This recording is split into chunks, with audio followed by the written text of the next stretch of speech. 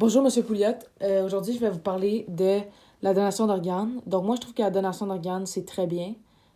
Parce que, imaginez-vous que vous voulez sauver quelqu'un qui est dans votre famille ou quelqu'un que vous connaissez très bien. La donation d'organes peut servir à ça aussi. Il y a... La donation d'organes peut sauver au maximum 8 personnes, euh, au maximum, selon la catégorie de donation qui a été créée. Savez-vous qu'aux États-Unis, il y a 123 000 personnes sur la liste d'attente pour une donation d'organes et à chaque 10 minutes, il y a une personne qui s'ajoute à cette liste? Moi, je pense que c'est trop, il y a trop de, de donations, de personnes qui veulent recevoir des donations d'organes pour le nombre de personnes qui en donnent. Donc, moi, je trouve qu'il devrait y avoir plus de personnes qui donnent des organes parce qu'on peut sauver beaucoup de vies, non seulement une, mais 8.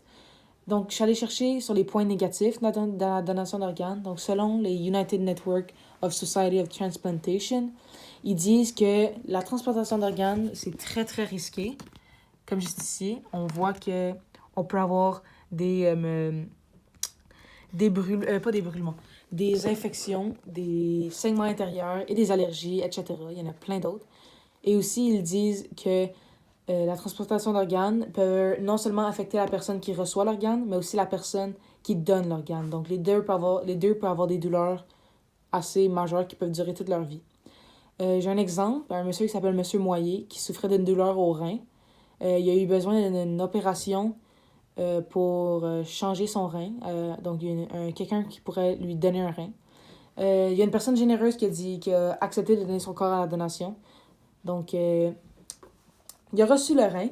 Il est sorti de l'hôpital. Il a dit il avait aucune douleur. Il était parfaitement bien.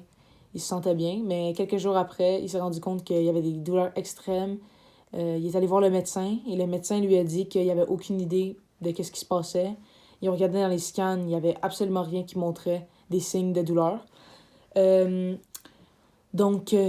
tout pour dire que les médecins ne savent pas encore contrôler à 100% la donation d'organes. Il y a des risques qui viennent avec, des maladies qu'ils pouvaient attraper, ou des infections, et plein d'autres choses.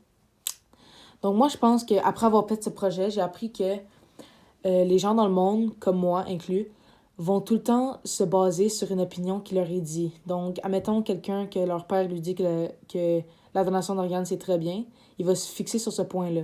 Mais après avoir fait des recherches que j'ai faites durant cette semaine, j'ai vu que les deux avaient des bons points, les deux opinions avaient des bons points, mais j'ai pas changé d'avis, mais j'ai réfléchi beaucoup à ce que les gens pensaient et ça faisait beaucoup de sens selon moi.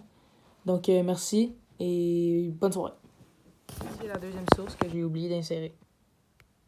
De Monsieur Moyer qui attrape une maladie.